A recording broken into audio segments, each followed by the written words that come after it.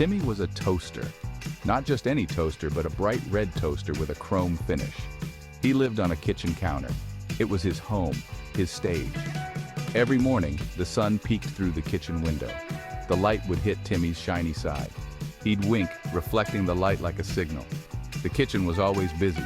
People rushed around making breakfast and coffee. Timmy loved watching the action. He felt important. After all, he made toast, and everyone loves toast. Timmy's life was pretty routine. He waited patiently in his corner. He waited for someone to fill him with bread. Sometimes it was white bread, other times it was wheat or rye. He didn't mind. He liked them all. He had one job: make toast. He took his job seriously. He wanted to make the perfect toast every time. He listened for the click. That's when the bread went down. Then he'd heat up, turning the bread a beautiful golden brown.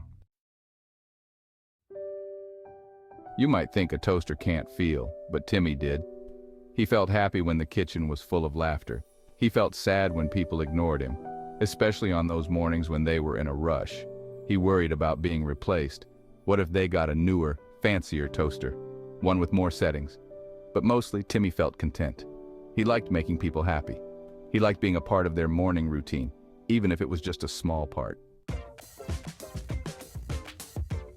Section 4. The bread of friendship. Timmy wasn't alone in the kitchen. He had a friend, Benny the blender. Benny was a loud, boisterous blender. He loved making smoothies and milkshakes. They were an unlikely pair, but they got along well.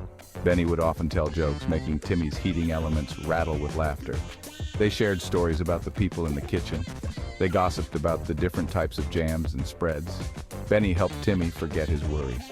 He reminded Timmy that he was loved and appreciated. And Section 5. A glitch in the system. One day, disaster struck. Timmy woke up feeling funny. He felt a little off. He tried to make toast, but something was wrong. He overheated. The bread turned black. Smoke coughed and ran around. Timmy felt terrible.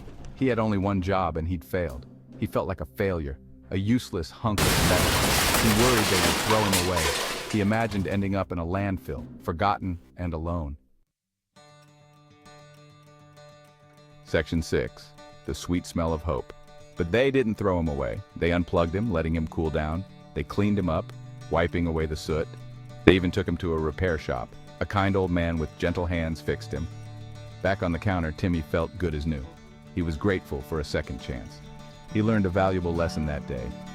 Even toasters need a little care sometimes. And even burnt toast can't mask the sweet smell of hope.